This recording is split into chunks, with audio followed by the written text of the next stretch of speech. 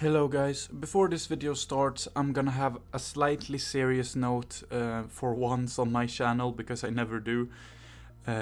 If you are scared, if you're suffering, or if you're in any way affected from the COVID-19 virus going around, just stay calm. Try to stay as calm as you can, follow your country's regulations, and you should be fine.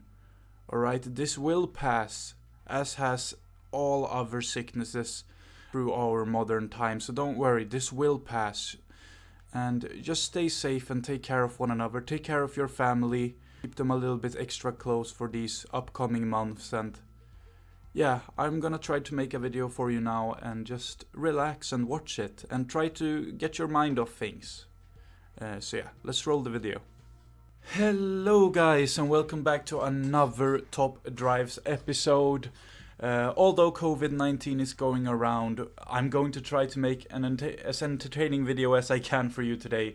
Today I'm going to go over my top 5 picks for the cars you should upgrade from the newest PL11 update. So if you're wondering what you should focus on, I'm going to go over some cars, and I'm not going to go over any legendaries or epics, because I know a lot of the people who watch my videos do not have the resources to upgrade such high rarity cars, and that is totally fine. So I'm gonna go over my top 5 cars that you should upgrade from the PL11 update that are from common to ultra rare. Okay, so let's get right into it with number 1.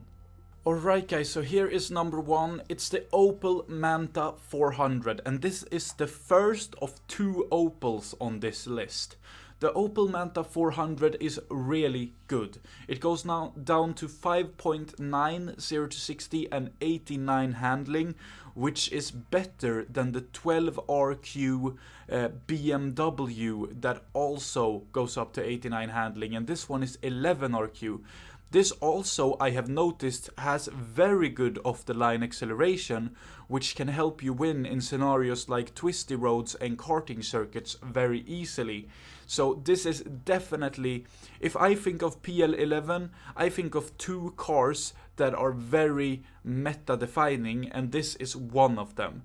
The second one is going to come a little bit further into the video, but this one is definitely one of them. It's a very good car to have. And if you get multiples, I would keep up to 3 of these, I think. 3 of these maxed out, I would justify. 4, and you're maybe overdoing it a little bit. But 3 of these, definitely keep them and upgrade them. I think in the future this might go up higher RQ. It's probably not gonna happen until the RQ rescaling though, so this will probably be in a higher RQ representative of 11 when the RQ rescaling happens. And what I mean by that is this will probably be towards the higher of the rare RQ spectrum when the new RQ spectrum comes out. So yeah, definitely a car to invest in right here, right now, because up until the RQ change, up until the change from 150 to 500 RQ, we will not probably see this car change, which means as of now it is unbelievable, incredibly good for 11RQ, so definitely invest in this one. And let's move on to car number 2. So car number 2 I want to go over is an equally as good Opel, almost. It's the Opel GT Concept. I think the other Opel, the 11RQ, is a little bit better overall than the Opel GT Concept, but this is, however, a very good car. It goes up to 94 handling and as far as 6.4, I believe, down in 0 to 60. This is an incredible ride in all intents and purposes. Definitely a viable choice for the German slalom tests, the German karting circuits and other things such as that. At 14RQ, I think it stands well where it should be. I think this car is justifiable at 14RQ, and I think that is where it should be. Now, this also sets it aside from other rare slalom test cars because it has the concept tag, right? Which means in a concept situation, in a concept event, this car would be available, but cars such as the Mazda BBR would not. Which means that this car is very viable to upgrade, and you should probably do it. In terms of RQ rescaling, I don't think this will go up to super rare, because I think it is perfectly balanced at its current state at 14 RQ.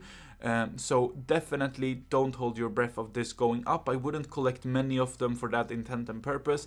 I would keep probably 2 and max them out, but no more than 2. Because I don't think that is necessary. But yeah, definitely a good car to be sure, and one you should have in your PL11 garage maxed out if you haven't already. Alright guys, let's move on to car number 3. Alright guys, car number 3 is the Aston Martin Rapide S. I know this is quite a shift from the rare cars I've been mentioning earlier, and you might not have the resources to upgrade an ultra rare car, but I think this car is good enough to put on this list anyways. And I think it definitely should be respected as one of the cars you should definitely keep from the new update. I want to mention before I continue with the video, there will be a lot of cars I have missed, so if you want to give your best tips to the people watching, definitely put your best cars that I have missed out on in the comments down below, because a lot of people will probably look through the comments and look for more useful cars that they should upgrade, so definitely put those down below. If I don't mention them. Of course, I have a very limited mentioning capability here when I can only mention 5 cars. So these are just the 5 I've chosen because they have helped me so far the best in the update. So this is the Aston Martin Rapide S. It has a ridiculous top speed for 22 RQ. It also goes down to 3.9 and up to 93 handling, which makes this a very viable choice for pretty much every situation. I think this is a 22 RQ all-arounder not to be messed with. I think this is the best RQ22 all-arounder from the British part of the game. There's no other British car that is 22 RQ which does all-arounding better than this car. It is a very good car and definitely one you should keep if you get it. I had the luck to get this on the first day of the upgrade from a carbon fiber pack, and I have already maxed it out a long time ago, and it has helped me sustainably in a lot of events and helped me actually get ahead in a lot of events, especially in clubs as well. This has helped me a fair bit, so definitely if you come across this one by any chance, definitely keep it in mind of upgrading. Also, I would like to say, if you're trying to collect more of these because you think they will go up to epic, I think the chances to that are next to none. This car is very balanced at 22 RQ. It should not be any lower and it should not be any higher. So don't hold your breath for this one going up in rarity, as I very, very much do not see that happening anytime soon whatsoever. But yeah, definitely a good car, however, to be sure. Okay, let's move on to car number 4. Alright guys, the 4th car is the Lotus Europa 47 twin cam, a car to be messed with for sure. This goes down to 5.4 and has 84 handling, which is absurdly good for a 10 RQ car. This is definitely one of the best 10 RQ all-arounders in the game now, and if you haven't picked this one up already, you definitely should. Despite it being from 1966, this car actually works as well as any modern 10 RQ car.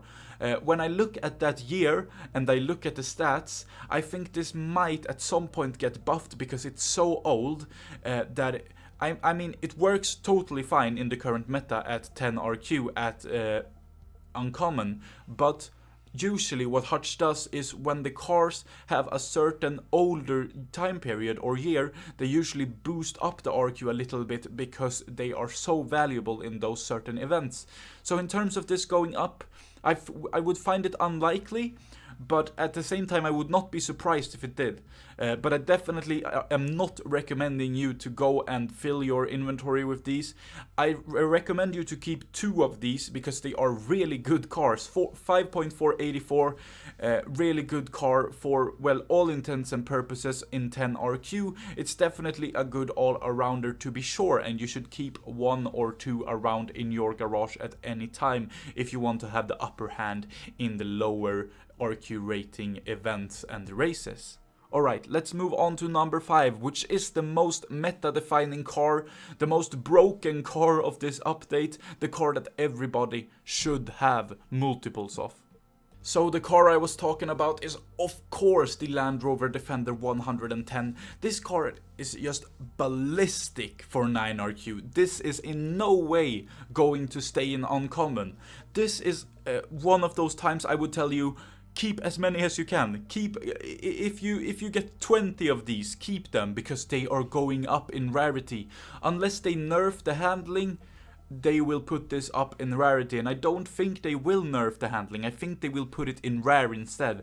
So, or even super rare, that has been discussed as well. But definitely keep as many of these as you can. Max out 5 of them, max out 10 of them, because you can sell them when they go up in rarity. If there is ever a time to invest in something, definitely keep these. I'm gonna say that, but I'm also gonna tell you that there is a big risk, of course, because if they decide to nerf the handling instead, you will not gain any profit from keeping these. But then again, you won't really lose anything unless you start upgrading all of them in hopes of them going up to rare. But if you just keep them around, you don't lose anything, and we will see what happens in the future. At the moment though, it goes up to 72 handling and has off-road tires and 4-wheel drive, and I think you can already hear how busted that is. This can beat really good cars, like I'm talking epics, I'm talking in some cases legendaries. Like this car is absolutely brutally insane, and if you do not have it already, this is definitely the car to get. And if you have it already, I would say, I would go as far as saying you should max out 5, honestly, because this is so good. Like, it's very, very good. So yeah, that is my 2 cents about this. I think we are not going to see any low